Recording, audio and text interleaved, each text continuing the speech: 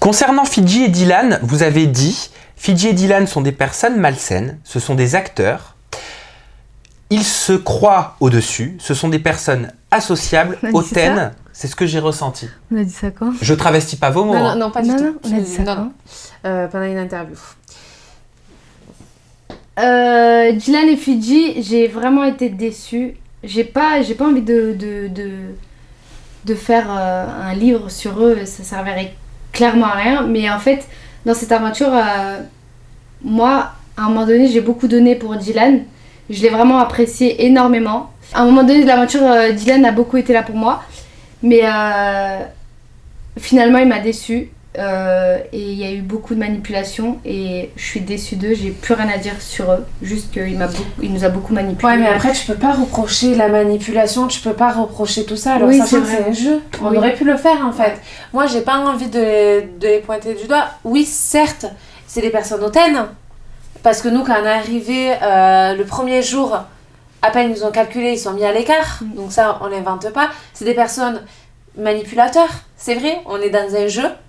Ben, des fois, la manipulation, ça paye. Ça a payé pour eux. Oui, dans le cadre d'un jeu, je suis tout à fait d'accord avec vous, c'est normal. Mais pourquoi vous dites acteur? Parce que acteur, on ne s'attend pas à avoir des acteurs quand on regarde de la télé-réalité. Le mot est fort. Oui, mais c'est certes, c'est des acteurs. Parce que le matin, quand ils se lèvent, presque ils se font une fiche en disant écoute, aujourd'hui on va retourner la tête de eux, nanana, ils se font un script entre eux en fait, en disant on va faire ci, on va faire ça.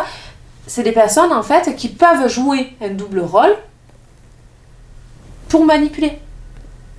Mais après je ne peux pas leur reprocher parce que c'est dans le cadre d'un jeu. Si peut-être je les connaîtrais extérieurs et que peut-être on se voit dans Paris ou quoi que ce soit, là on pourrait les juger. Là on a dit ces mots-là qui sont très durs, certes, mais c'est dans le cadre d'un jeu. On nous a posé des questions sur la bataille des couples, j'ai répondu à des questions sur la bataille des couples. Qu'est-ce que je pensais de ces gens-là dans la bataille des couples? La bataille des couples, c'est un jeu, c'est des stratégies, c'est une aventure, c'est tout ça. Oui, c'est des acteurs, oui, ils sont manipulateurs et tout ça. Moi, j'ai noté une question de Rokiatu Keita qui vous demande que pensez-vous du retour de Dylan et Fidji? Est-ce du favoritisme de la prod? Non. Le retour de Dylan et Fidji, favoritisme de la prod, non, je pense pas du tout. C'est les règles du jeu. Si quelqu'un se blesse ou si quelqu'un est exclu ou si quelqu'un abandonne, le dernier couple éliminé re-rentre dans l'aventure. Ça a été le cas, Fanny s'est blessée, il re-rentre dans l'aventure. C'est le jeu, c'est comme ça, c'est écrit. Le huissier, il a validé les règles du jeu. En fait, avant de rentrer dans la bataille des couples, on signe tous les règles du jeu. Exactement. Donc, dans le contrat qu'on signe, il y a bien formulé à l'intérieur que certaines cérémonies sont éliminatoires et non éliminatoires. Si une personne est blessée, sort du jeu ou expulsée du jeu, le dernier couple éliminé re-rentre dans le jeu, prend sa place, que ça pouvait monter jusqu'à 11 ou 12 couples. Ouais. Donc à tout moment, il y a un autre couple qui pouvait rentrer. Donc à tout moment, il y a un nouveau couple qui peut rentrer comme ça. Et ça, on était au courant avant de rentrer. Donc, ils n'ont pas été favorisés ou quoi que ce soit.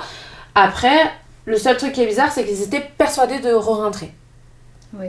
C'est-à-dire à la première cérémonie, quand ils se sont fait éliminer, directement, ils ont dit mais on va revenir, on va les manipuler. On va revenir, il y a l'interview de toute façon. Avant la blessure. Ah oui, le soir où ils sont éliminés. Il y a l'interview sur TF1 où ils disent on va revenir. Mais en fait, peut-être qu'ils n'étaient pas encore sortis du jeu. Il n'y a que ces phrases-là où ils sont persuadés de revenir qui peut porter à question. Mais après, je pense en soi, quand tu c'est sors impossible que c'est favorisé parce que la prod ne pouvait pas savoir que moi j'allais me blesser. Après, quand tu sors du jeu, t'es tellement encore dans l'aventure, t'as pas envie de te dire que ça y est, c'est fini, l'aventure est terminée, tu vas plus jamais rentrer. Et bah, t'es tellement dans l'aventure que tu te donnes cet espoir que c'est sûr que je vais rentrer, c'est sûr. Donc quand on voit passer des tweets comme quoi la blessure serait un prétexte à faire re-rentrer Fidji et Dylan dans le but de vous faire revenir après pour leur permettre de venir. Voilà, c'est totalement faux parce que déjà nous on n'avait aucun intérêt à refaire rentrer Dylan et Fidji étant donné que à ce moment-là ils sont pas dans notre alliance, pas nos amis, c'est pas nos amis, etc. Voilà. En plus de ça, je me suis réellement blessée. Sciatique, je peux vous dire que je la massais tous les soirs. Elle me masse tous les soirs. J'avais une infirmière qui venait matin et soir me faire des piqûres dans le cul pour dire que mon cul en a fait les frais, je me suis réellement blessée. Et je pense qu'on m'aurait demandé est-ce que tu préfères laisser ta place vide ou refaire rentrer Fidji et Dylan?